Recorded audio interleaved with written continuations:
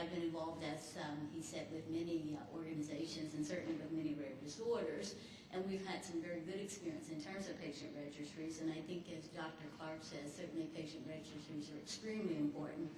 And I think some of the things he talked about are really the things that we started from.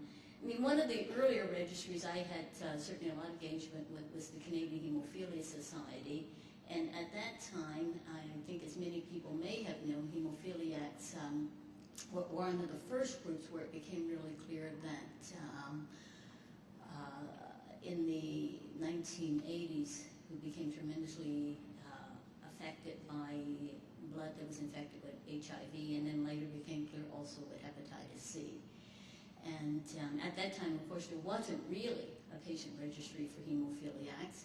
And indeed, when the proposal was to introduce a registry for patients with hemophilia, there was huge resistance. People absolutely refused to put their name into a registry.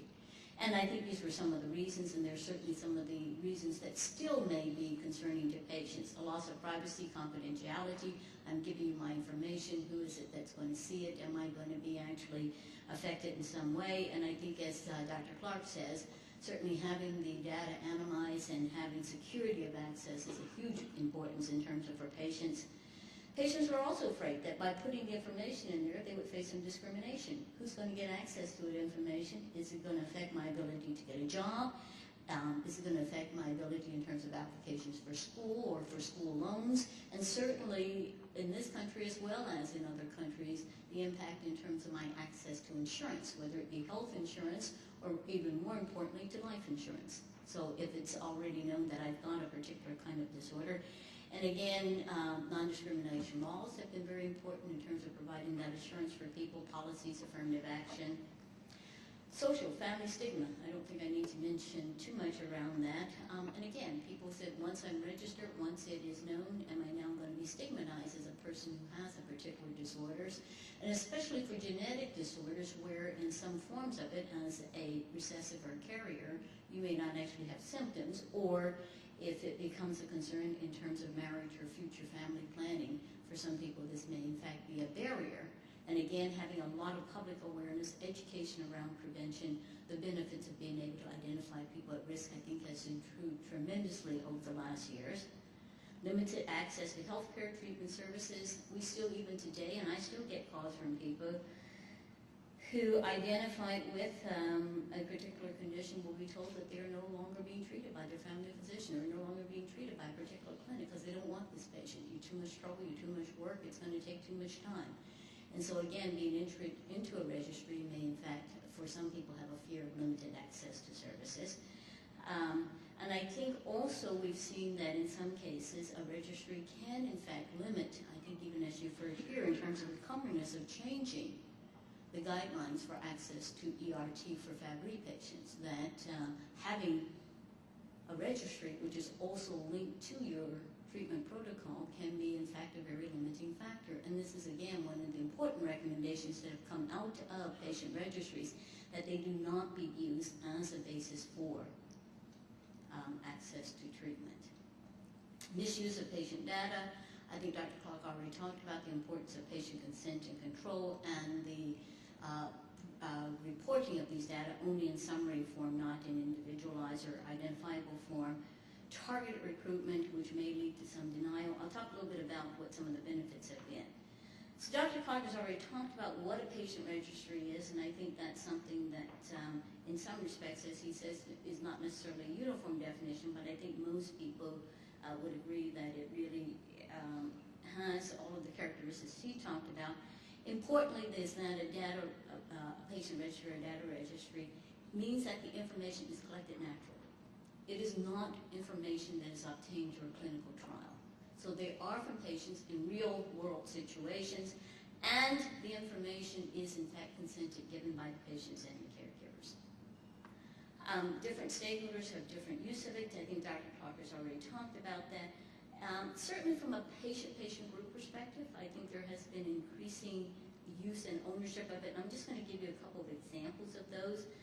Certainly a greater acceptance not only, but even patient groups that have set up data registries, which they have found to be tremendously valuable. some of the purposes, I think Dr. Clark already talked about in terms of the natural history, providing the basic baseline. For patients, all of these things have a significant value, not only, as he said, for the funders, for the regulators, for the industry, for the clinicians and the researchers, but for patients. All of these things have significant value, and it's up to, I think, the patients to actually take greater advantage of the information that may be in a patient registry, in a data registry. And I think in many cases you can get better access to that information, or even ask to have that information, to ask for the opportunity to query those databases than we actually do. So what are the baseline symptoms, prognosis, outcomes with care, and symptom management? The value of the treatments from the point of view of many funder-based data registries to use it to estimate what the cost or the cost effectiveness might be. From a patient perspective, we can also use that information to demonstrate what the value of treatment is, what the cost saving is, and what the real impact is in terms of people's health and health status. The cost effectiveness in a real world, from the point of view of the patients, again, if we know how to use that data, we can also use it to demonstrate that, in fact, what looks like a very expensive treatment, on the one hand, actually can be one of the most cost-effective treatments when you take into consideration some of the other healthcare outcomes. And we are the only ones that can also include the other information in terms of the value is in terms of being able to go back to work, the value in terms of being able to take care of family or to live a normal life, the value of being able to have certain types of social relationships. All of those things are part of the value, and those are things that can, in fact, be even built into a data patient registry. And then managing and also measuring, I think as Dr. Clark says, safety risk.